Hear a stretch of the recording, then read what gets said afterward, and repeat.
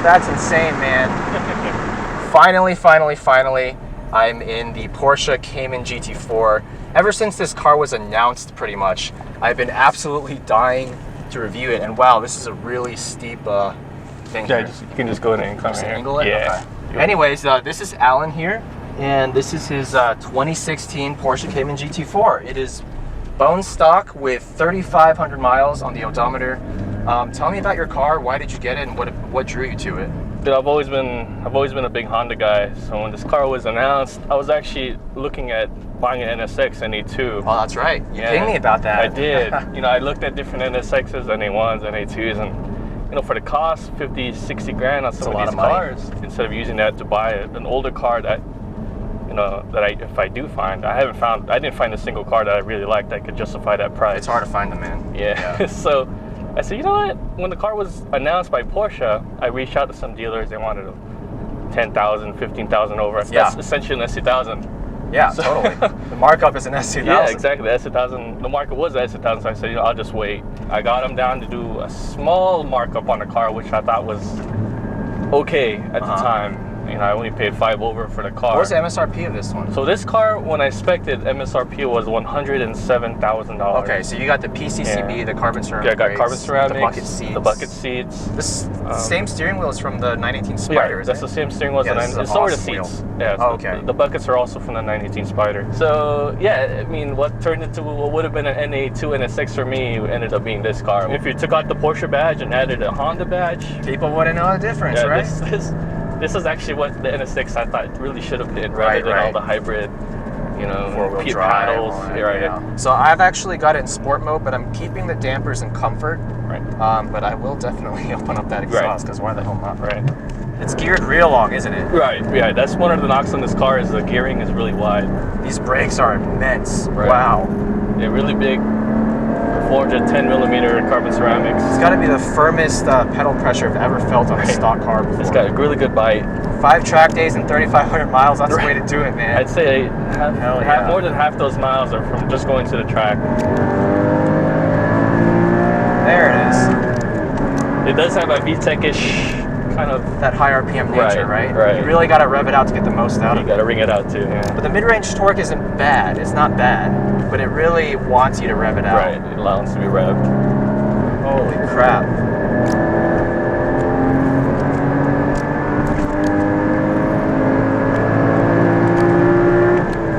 There you go. Oh my God. There you go. Alan. Oh, straight ahead. I don't know, man. I don't know if I can do the NSX anymore. This car just kind of ruined me, and I've only been in it for like 5-10 minutes. Porsche knows how to make really good cars. Oh yeah, wow. This engine is from a 911 Carrera S. Carrera 991.1. Correct, right? 991.1 Carrera. All right, let's actually put it in the stiffer damper mode and see if it really makes that big a difference. Yeah. You'll feel the harshness right away. The steering has so much feedback. It's electric steering. It's just electric steering, right? That's insane. Yeah. So 245s up front, you got 295s in the rear. Only 245s in the front. Right. That tends to use it wide at the track. You know, you get that push a little bit. Yeah, because it loses the grip. I bet with like a 265 or something. Right, even a 255 is a big improvement. And these are 20-inch wheels. Car has LSD. Mechanical? Right. Wow.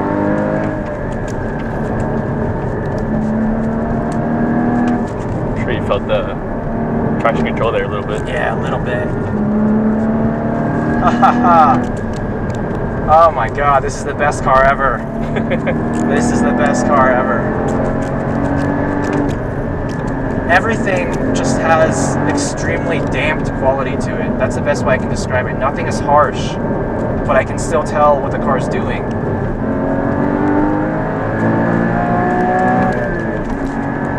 Wow. It does like to be revved. Wow, wow, wow.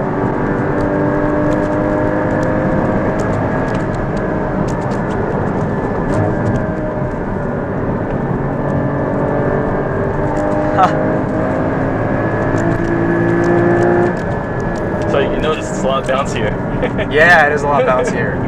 But even then, it's still good. It's still good. The mid-corner grip is just, what? That's the mid-engine for you. Oh, God. Oh, my God. The steering feel. Holy crap. And this is his first time in this canyon. Yeah, first time in this canyon, too. But this car just makes me feel right at home. For the canyons, I wish the gearing was a little shorter. Okay. Not because necessarily it make the car faster, but just because I'd have a little bit more fun. More fun, absolutely. Because in order to get to fourth gear, you got to be going like what, 100 and yeah, because second gear takes you to 85 or 80 almost. Yeah, that's crazy.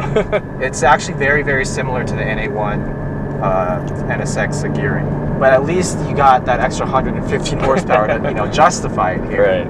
I think with another 50 horsepower though, this thing would be absolutely That's the reason why everybody does headers. Yeah. Exhaust. That makes sense. Right. This car feels very much like an S2000 to me. In some ways, yeah. It's a fingertips kind of driving experience. You got to rev it out. Very, very good steering and shifting feel. Good throttle response. Yeah, it's along the same lines as an S2000, but absolutely. Obviously the level of performance is much higher. That's obvious. Right. But the level of refinement in terms of the damping, the overall build quality, there's not a squeak or rattle to be heard in this thing. It's over 120 after everything is said and done. It's worth every penny. Right. Worth every penny. But again, when you factored in the 70-80 for a NA2, hard to justify. Right. Absolutely. I see what you mean now. Right. I'm not going to lie. When you first told me that you completely test drove a few NSXs and you said like you're done. Right. I was a little sad. But now I completely get it. You're right. Totally get it. It was only until I'd driven modified NA1s where it kind of started appealing to me a little bit more. Yeah. Because stock ones are complete stock is dogs. A very soft car. And I'm a diehard Honda guy. Right. I mean, you have an Integra Type R and S2000 CR. Right. S2000 CR and Integra Type R. I've had many EGs, EKs. I've had DC2 Integra GSRs, LSs, EM1. All right, let's put this window down here and get some of that full exhaust note on camera. And I'll put it back into soft mode because I kind of like that better. Let's go for it.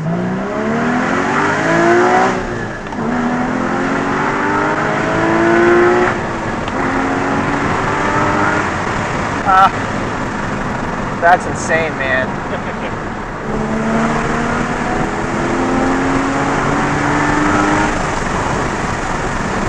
All right, windows back up. Too much wind noise. It's Honda DNA in us, It sings to us. I go to a lot of GT4 events, and a lot of these guys are old Honda guys. Yeah. So this really is like the German Honda. That's a good way to put it. Yeah. I don't know if anyone's ever put it that way. You know what? That might have to be the title of this video. Porsche Cayman GT4 review, the German Honda. There you go. Pick the right color for it too. Right, this sapphire blue metallic. I couldn't get PTS. That was the goal. What's PTS again? So PTS is a customized color. Oh, okay. You Paint can to sample? Paint to sample is the correct name for it. But you can add any color you want in the Porsche catalog. They'll make it for you. There is a premium one that's about $7,000. What color did you want? I actually wanted Mexico blue or Voodoo blue, which is a lot. It's kind of like Apex blue on the CR. I see. Everything on this car is expensive. Sure. Oil changes, brake rotors. It's just astonishing, really. Astonishing when you consider coming from Hondas. Yeah, coming from Hondas. I can see Fenton here really likes the car. Oh man, this is something else. 10 miles an hour. 10 miles an hour. In Mexico. Wow. It's so easy to get in the groove of this car too. Like I'm not straining myself trying to drive it. In some of the higher speed corners, especially downhill, like off camber slightly, I do feel a little bit of turn and understeer. I feel the wheel starting to get a little bit heavier while the front's not turning in as sharply. It's still a very neutral car overall. Right. Not too long ago, I drove a first generation 2008 Audi R8 with the 4.2 liter V8 and the 6-speed. When I drove that, I was blown away by how good it was. It was like absolutely fantastic. The motor was super, rev happy, made good power, extremely good throttle response, the joy of the gated shifter. But now that I'm in this car, man, just forget about it. Like this is the best mid-engine car I've ever driven. I don't know if they're planning to make a GT4 RS. It's, yeah, still no. I don't think it really, as much as I want there to be one, I don't think it would make much sense for Porsche to do that, because then you're talking GT3 territory. Right, you're stepping on the toes with a GT3 already, but at that point. Yeah. But no, they do have the Cup cars. The Cup cars, right. Yeah. Man, this is crazy. This car. You've driven a lot of cars. I've driven a lot of cars, man. This is definitely the best car I've driven. Like, I'll just put it that way. It's not without its little faults, but you're really splitting hairs at that point. I'm trying to think of things that I don't like, but the whole time I just have a huge grin on my face. The Porsche is really good about you tracking the car. They know you're tracking. It's a GT car. Yeah. So any warranty work.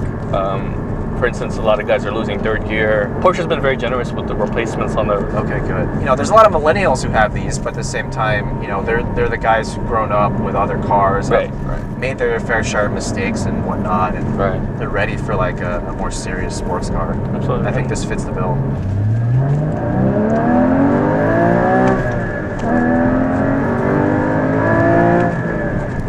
I don't hate PDK. I don't hate it. It's just given the option. Right, given the option, I like to shift gears. Yeah. I wish more cars would come out with it. Kudos to the Type R, you know, in this car, the GT3. Cars that are stick only just make me so happy.